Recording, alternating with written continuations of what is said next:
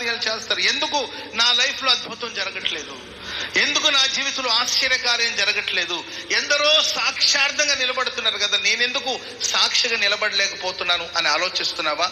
ఈనాడే నీ గుండె అనే గుడారములో, నీ ఇల్లు అనే గుడారములో, నీవు ఆరాధన చేస్తున్న ఈ మందిరం అనే గుడారములో రక్షణను గురించిన, రక్షణ అంటే ఎవరంటే ప్రభువైన యేసుక్రీస్తు. యేసుక్రీస్తును గురించిన ఉత్సాహం మనలో మొదలవ్వాలి. ఆమేన్ చెప్పండి అందరూ గట్టిగా.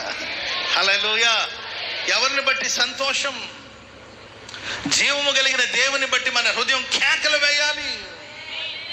ఎప్పుడు దేవుని మందిరానికి వెళతాను, ఎప్పుడు నా దేవుని సన్నిధిలో నేను కనబడతాను.